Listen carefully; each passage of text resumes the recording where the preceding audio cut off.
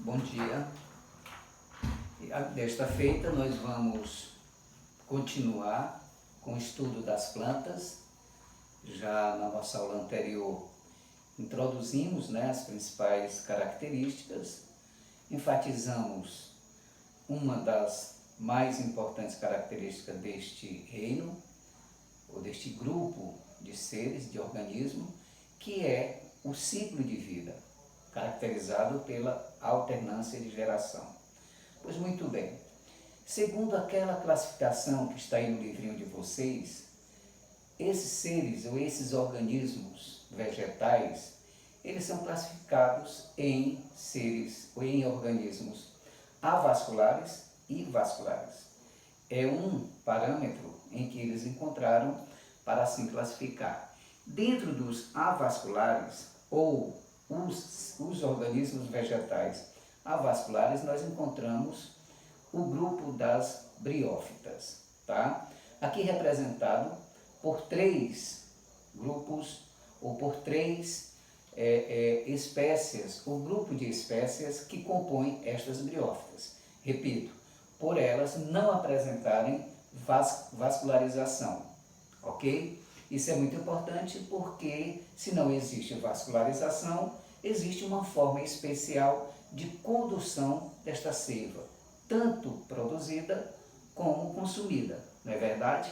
Então, nós vamos ver, compreender que apesar de não ter a vascularização, mas esta seiva, estes elementos, esses nutrientes, eles são repassados de célula a célula por um processo de difusão, ok? Através de gradientes de concentração diferenciados, vai passando de célula a célula, tá bom? Gente, dentro das briófitas, ou desses organismos avasculares ou sem vascularização, nós vamos encontrar esses três grupos, correto? O grupo dos músculos, representado pelas briófitas, as hepáticas, pelas hepatófitas e os antóceros pelos antocerófitas, tá? Esses três grupos, repito, estão inclusos dentro do grande grupo das briófitas, ou briofitas, como queiram. Como característica geral, gente, eu enumerei aqui algumas que eu julguei ser muito interessantes para repassar para vocês. Por exemplo, elas são de tamanho muito reduzido, numa média de 5 centímetros no máximo. Embora sabemos que lá na Nova Zelândia existem espécies de briófita que chegam até 50 centímetros de tamanho, de altura, ok?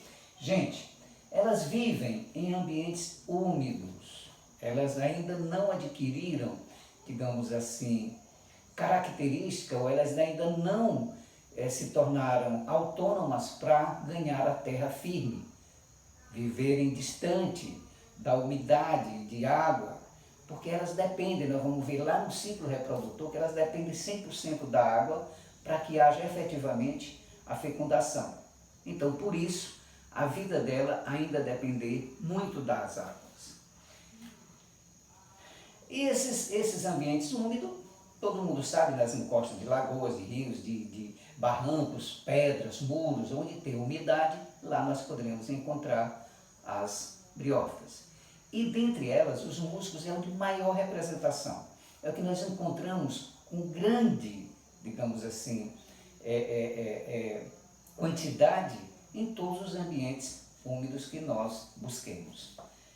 Outra característica, gente, elas apesar de viver, digamos, nessa dependência de umidade, nós vamos encontrar algumas briófitas lá dos musgos, que elas chegam a resistir a altas temperaturas durante o dia, elas podem resistir, mesmo sabendo que elas dependem desta umidade.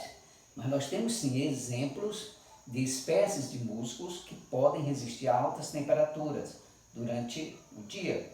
Mas também da mesma forma, no outro extremo, nós vamos encontrar musgos que resistem também a baixíssimas temperaturas lá no Círculo Polar Ártico. Então nós vamos encontrar musgo, por aí vocês tirem, em todos os biomas, vamos dizer assim, correto?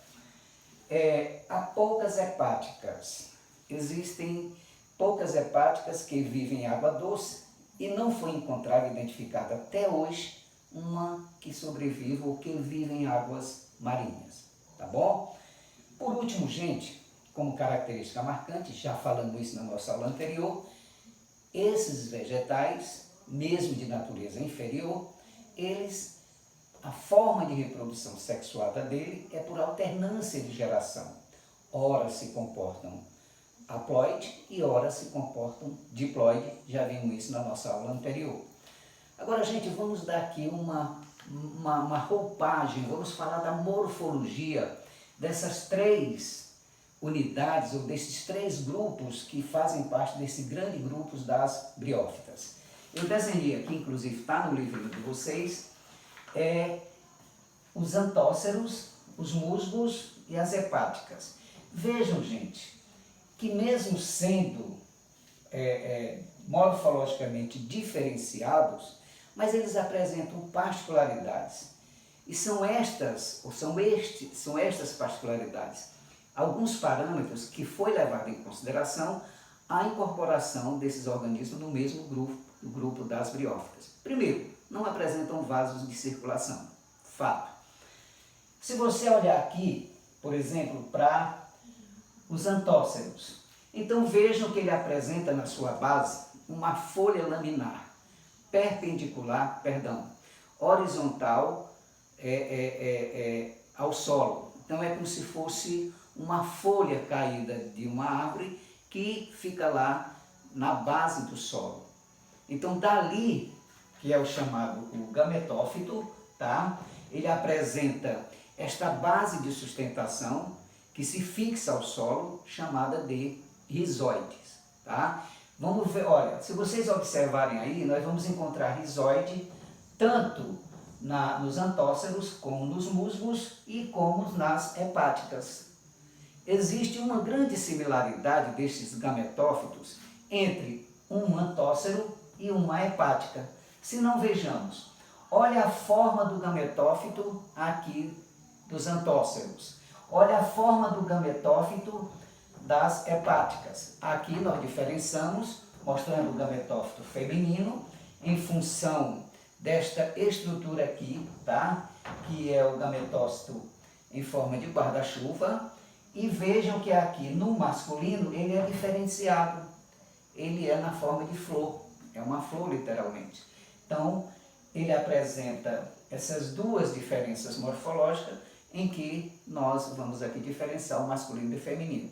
Considerando esses dois grupos, vejam que o gametófito existe muita similaridade, é representado por uma lâmina basal, vamos dizer assim, horizontal ao solo, e de lá emergem, de lá surgem, de lá migram, ou saem, vamos dizer assim, os esporófitos. Então vejam que aqui nós temos os esporófitos e os gametófitos, os gametóforos, que eles emergiram desta base laminar, que é o gametócito, tá? Que é o órgão de formação dos gametas.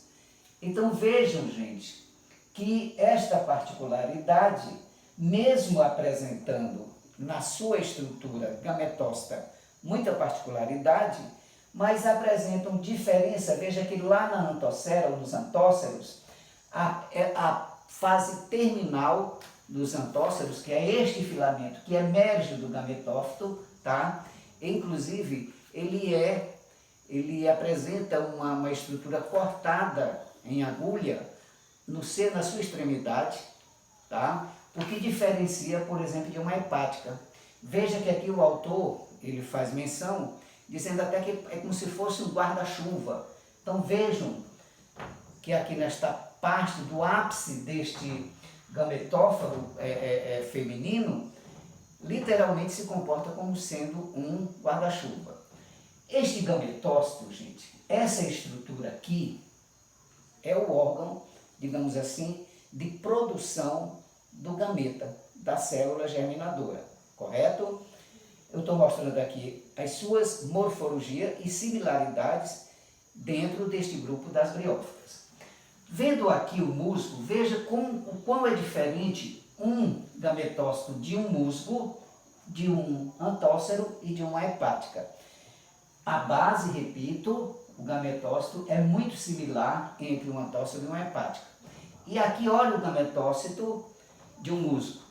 Ele cresce perpendicular, tá? É um filamento que tem um comportamento, o autor até faz aqui a diferença, gente, onde essa base emergente, que está fixada à raiz, que se fixa ao solo, chamada rizoide. Então, desta base emerge um pseudocaule, vamos dizer assim, ou uma estrutura muito parecida com o caule. Por isso ele chamou de cauloides.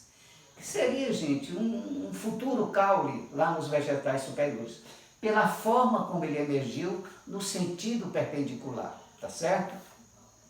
Fixado a este cauloide, houve também o surgimento, a formação de pequenas folhinhas, que eles chamaram de filóides, que já é um resquício no futuro, dos filóides se transformarem em folhas, os cauloides se transformarem em caule e os rizoides se transformarem nas raízes. Isso aqui seria os primórdios, vamos dizer assim, da futura planta superior que nós vamos ver na nossa próxima aula. E o esporófito, gente, é apenas um filete que emerge lá do gametócito, tá? Lá no final tem essa estrutura, ela se rompe quando ela atinge a maturidade e libera os esporos, que são as células germinadoras, tá bom? Então aqui do ponto de vista de morfologia, dentro desse grupo das briófitas, é interessante que a gente tome conhecimento para saber diferenciar, repito, são pequeníssimas, elas são, no máximo, a altura delas, no caso do indivíduo adulto, não chega a mais do que 5 metros. Gente, e a reprodução? Então nós vimos que eles apresentam como característica marcante a alternância de geração. Mas aqui nas briófitas, também elas podem se reproduzir assexuadamente. Primeiro, por fragmentação. Significa dizer o quê?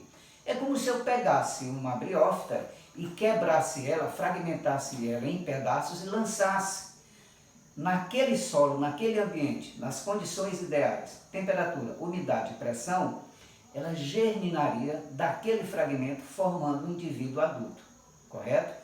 Isso é que seria fragmentação. Existe, porém, nas hepáticas, uma particularidade lá nos conceptáculos, que é uma estrutura que é formada aqui nos gametócitos, que é como se fosse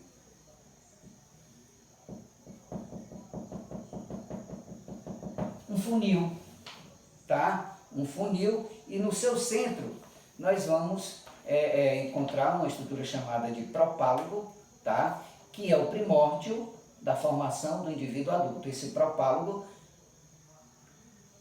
quando ele adquire as condições ideais, ele se desintegra, ele se desloca, ele se desprende, tá? Se desliga deste gametócito, vai ao solo e germina e ali forma um outro indivíduo. Veja que nessas duas formas, ou pela formação do propálogo ou por fragmentação, não houve nenhuma combinação genética.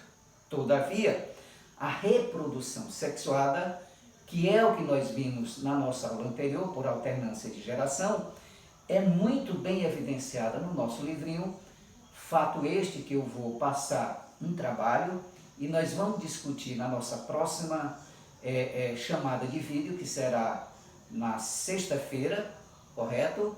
Nós vamos trocar ideia, porque existem muitas particularidades, quero inclusive que vocês já desenvolvam um trabalho para que nós, em conjunto, vamos discutir essa forma de reprodução sexuada por alternância de geração, com particularidades entre cada grupo desse, ok?